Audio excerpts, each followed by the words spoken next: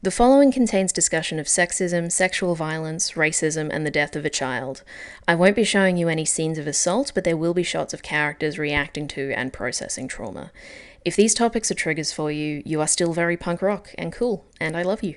There will also be spoilers for most of the films I talk about, especially Jane Got a Gun and Sweetwater, but I don't think these are the kinds of films where knowing how they end will affect your enjoyment, but still, here's your warning.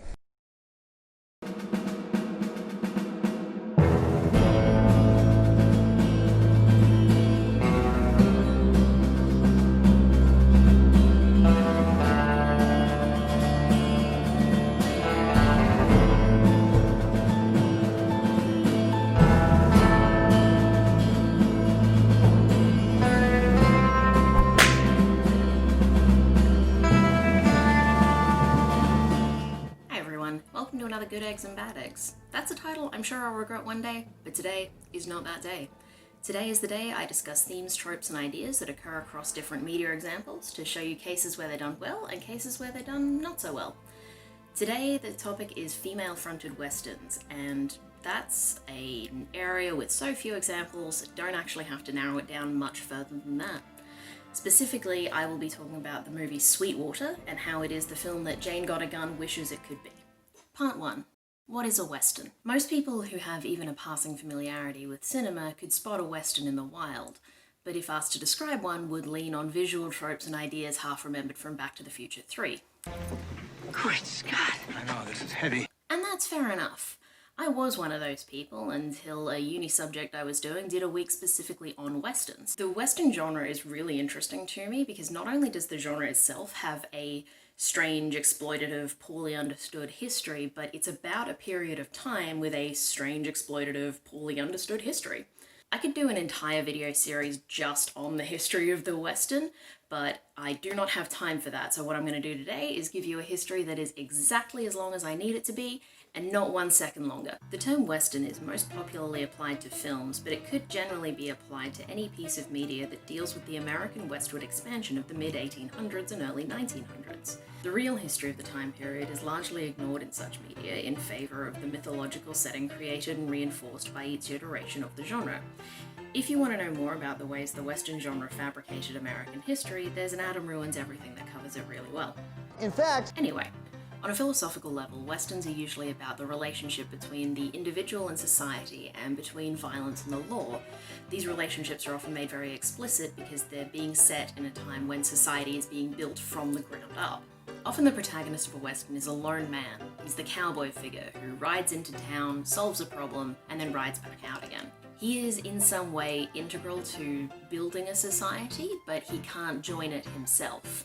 The Western genre is also pretty well known for a treatment of America's indigenous people, women, and anyone who was not white that is what experts in the field call not great. According to Wikipedia, this is how many subgenres the Western has, but for the sake of time, I'm going to be lumping it into 3 big groups. The classical period, Sergio Leone, and the present. A classical Western is the type that makes you think of John Wayne, who always looks like he's just now realizing he's crapped his pants. And also of Charles Bronson, who always looks like he's just now realizing that John Wayne has crapped his pants. John Charles Wayne Bronson would usually play a rugged loner who has an interesting relationship with the law, but is generally a pretty uncomplicatedly good dude.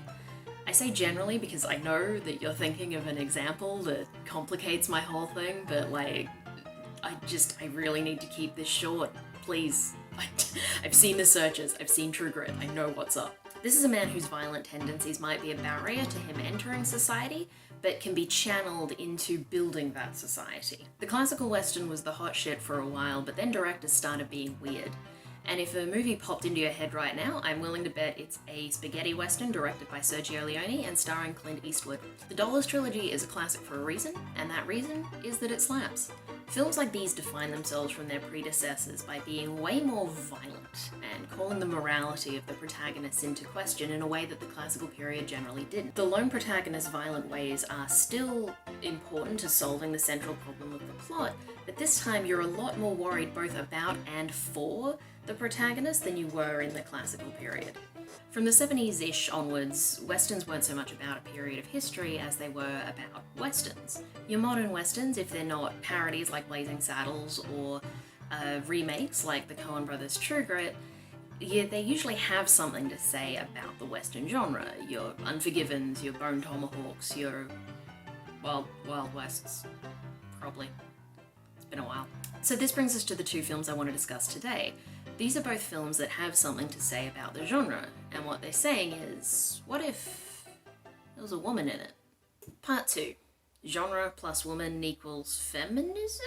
If the hero of a male-led Western is a man who is unable to integrate into society because of his violent ways, then the hero of a female-led Western, as far as from what I can find, is a woman who is unable to enter society because those in charge won't allow her to, so she is forced to turn to violence. Jane Got a Gun is a 2015 film directed by Gavin O'Connor and starring Natalie Portman as Jane. After Jane's husband is shot by a gang of outlaws, she is forced to confront her place in a harsh environment run mostly by men. She teams up with her ex, whom she hasn't seen in years but who lives within a day's ride from her, to confront the traumatic events that ended their relationship, and to kill Ewan McGregor. It's not great. Sweetwater is a 2013 film directed by Logan Miller and starring January Jones as Sarah. In some regions it's called Sweet Vengeance, and that title is worse. But to be fair, it's not clear why Sweetwater is the actual title. I think maybe it's the name of the town, but I haven't found anything to back that up. After Sarah's husband is killed by the cult leader who lives down the road, she is forced to confront her place in a dangerous world run by dangerous shitheads. Devoid of good options, she turns to the power of violence, which might solve her immediate problem, but she is left to face an uncertain world, knowing danger is lurking around every corner. Does a lot of the same things Jane Got a Gun did, but better. Both films feature female protagonists to ask specific questions that don't get the same kind of focus from male-led films of the genre. Those being, how does a woman find her place in a violent, patriarchal society? Who can a woman rely on for safety in such an unsafe world? When the people you relied on can no longer help you, how do you fend for yourself? To varying levels of success, Sweetwater and Jane Got a Gun examine the failure of traditional societal structures to keep women safe by pointing out that those structures are maintained by people who reap material benefit from women's subjugation. Part 2A. Girl Power. Contrary to popular belief, feminism is not as simple as put woman in film. It is also not as simple as passing the Bechdel test. Feminism is not a checklist of attributes that may or may not be in a piece of media, nor is there a minimum threshold at which a film can be declared feminist or not feminist. When it comes to film analysis, feminism is just one lens that you can look at a film through, just like queer theory, or genre theory, or auteur theory, or any of those other things that nerds like me are super into. Sometimes people ask me if I ever just turn my brain off and watch a movie for fun, and I have two answers to that. First, looking at a film through the lens of mindless entertainment is just another way to do pretty much exactly what I'm doing. And second, who says I'm not having fun? It is totally possible to have fun and to have a tiny little Laura Mulvey living in your ear canal whispering hot takes about the male gaze. And speaking of men and their gazing ways, Part 3, Power and Who Has It. The protagonists of these films both have their lives controlled by the men around them, but that control is treated in different ways. Sarah and her husband Miguel are portrayed as a marriage of equals. They love each other and are working to build a life together, looking out for each other's needs. Sarah, as a woman and a former sex worker, and Miguel, as the only non-white person in town, demonstrate again and again that they have a kind of instinctive knowledge of what power structures they can push back against and which ones they have to submit to. An early scene in the film involves them in conversation with the town's banker, who has stolen their money. He has their balance listed as $7, but the couple have deposited $14. They try to object, but the implicit threat is in the air that the banker could steal the rest just because he can.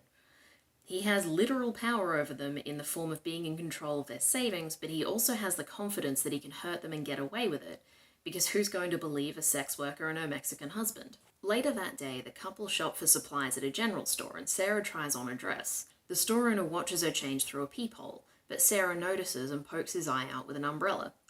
Here, a clear violation of privacy has occurred, and Sarah knows that she is in a position to retaliate. This understanding of power and of Sarah's place in the hierarchy informs all of her decisions going forward. Jane's life is similarly controlled by the men around her, but while Sarah has a much more complicated time negotiating her place in a volatile social environment, Jane's predicament is solved by accumulating good men to defend her from the bad men. Jane married a good man who used to be a bad man, but his old friends, who are still bad men, have incapacitated him, so she must seek Joel Edgerton, a good man. The feminist message that this film seems to be aiming for is really undercut by the way that everything Jane does needs the involvement of a man for its success. We do get the feeling that she could have defended herself from the outlaws, just not for as long and not as well. It's not really teamwork that solves her problem, but the acquisition of a good man who shoots really well. This difference becomes particularly obvious in the ways each film treats sexual violence. After the prophet Josiah's cult has killed Sarah's dog and then her husband, he offers her the chance to join his cult and give him her land. The implicit threat here is that if she doesn't do so willingly, he'll either kill her or force her to join. When she draws a gun, he tells her that violence is never the answer when, of course, everything he does is violence. He kills 2 men at the start of the film, and he has his followers kill Miguel. He lets his sheep onto Sarah's land where they eat her crops. His followers believe he will lead them to salvation, and his many wives submit to him because the community he's built offers protection from the outside world, and because he's convinced them that he is the only thing standing between them and an eternity in hell. He weaponizes the town's distrust of immigrants and sex workers and backs Sarah into a position where the only people she can turn to for help will not help her. Where a Clint Eastwood type is not able to join society because he is too violent and independent, Sarah is not able to join society because its representatives will not let her, and when she can no longer be independent, she has to be violent. Part 4. Men and Violence. As contradictory as it might sound, in order to really understand how these films fail in terms of representations of women, we have to spend some time talking about their representations of men. The men of Sweetwater have clear characterizations and goals. We understand their characters, we understand their personalities, their motivations, everything about them. But the men of Jane Got a Gun exist only in relation to how they move the plot forward. Jane is very clearly drawn as a character, and some of that comes from the script, but I'm willing to bet most of it comes from Natalie Portman's performance. So hats off to Natalie Portman for carrying this film like an ant carrying a discarded crisp back to the colony. On the flip side of that, the men of this narrative are either good or bad, and the way we know they're either good or bad comes down to one thing. And to explain that, I'm gonna have to explain the backstory. Throughout the plot, we get flashbacks of Jane's life with Joel Edgerton's character, Dan, and how she met Ham. Ham is her husband. I don't know if I mentioned that. His name is John Hammond, but everyone calls him Ham. Anyway, Jane is engaged to Dan, but he left to fight in the Civil War, and there's a line about how he's a hero for the Union and how he killed a bunch of Confederates. I assume they put that in because otherwise it would just be too hard to sympathize with him. After Jane and Dan's daughter Mary was born, Jane waited for Dan to return, but eventually set out to find a better life. She joins a wagon train run by John and Vic Bishop, who promise protection but sell her to a brothel. Vic, knowing Ham has feelings for Jane, implies to Ham that he drowned Mary in the river. Ham has to break this news to Jane right after she was assaulted by a bunch of gang members, and then he takes her away to safety. The death of Jane's child is one of the big central emotional hooks of the story. It was hinted at in the first 10 minutes, and it's a big part of why Jane abandoned her fiancé for Ham. On its own, it works as a backstory and as a motivation for Jane. And then they plopped a gang rape on top of it. They didn't need to, but they did. The writers needed to give Jane a sad past, and I guess they decided losing a child wasn't enough? Actually, it's worse than that. You see, the one thing that defines male characters of Jane Got a Gun is whether they assault or rescue Jane. This guy who works for the Bishops, Fitchum, he's a bad guy because he threatens to assault Jane. Dan is a good guy because he kills Fitchum and rescues her. John and Vic Bishop are bad guys because they force Jane into sex work. Ham is a good guy because he rescues her. Sexual assault is not so much something happening to Jane, but a cipher through which we understand the morality of the male characters. That scene where Jane is threatened by Fitchum isn't really about Jane, it's about Dan's moral compass. Mary's death gives Jane a past and a level of emotional depth, and that plot point is about how it affected Jane. But Jane being forced into sex work was about Ham, and about what made him different to the Bishops and what convinced him to leave his life of crime behind. Also, apparently he was fine with all the other women they sold into sex work, whatever. Conversely, the constant threat of sexual violence in Sweetwater is all about Sarah and how she copes with the danger. Conclusion. The reason I made this video is not to just pit two women against each other. I have no desire to drop two women into the woman Thunderdome and have them duke it out for the title of Best Woman. When I watched Jane Got a Gun the first time, I thought it was bad, but ultimately forgettable. But then a few years later when I watched Sweetwater, I fully expected it to be another Jane Got a Gun, and then I was just really surprised, and I kept thinking about how many opportunities Jane Got a Gun just missed. Sweetwater is not a perfect film. I mean, of course it isn't. Even the masterpiece that is 2002's Scooby-Doo is not a perfect film. Hey, this is Editing Izzie. I know I have a voice that kind of always sounds sarcastic, so I want to make sure that everyone understands this is a completely sincere statement. I love Scooby-Doo with an intensity that is hard to describe. I loved it as a kid, I love it as an adult, it is a cinematic masterpiece, and this is the hill I will die on. Sweetwater has some bits where the timelines just don't really line up, and it makes for some weird inconsistencies, and I can definitely see how people would find the dialogue a bit overwrought. Like, it's not a movie for everyone, but like, what the hell kind of Rotten Tomatoes score is this? Like, am I seriously this alone in liking this movie? Like, I know all film critics aren't all charlatans, like they were right about Jane Got a Gun, and look, this isn't the first time that film critics have been wrong en masse. But anyway, I guess the point I'm trying to make is that if you want to watch a Western with a female lead, watch Sweetwater. And if you can't find that, which is fair because it's kind of hard to find, watch The Quick and the Dead. That's a movie that is so fun, I have absolutely nothing to say about it. I'm also kind of obsessed with Sarah Gailey's work, so you should definitely read those. There's gays in them, it's great. River of Teeth slaps. There's hippos. Thank you for watching. That was a thing that I did, and you've watched it, and that's really cool of you. Thank you. I'm genuinely grateful. This is just how my voice is. I'm physically incapable of genuinely expressing thanks. If you want to support me, start by liking and subscribing. That'd be cool. I also have a Patreon now. That's fun. I have a Patreon, like a real YouTuber. Whew, so fun.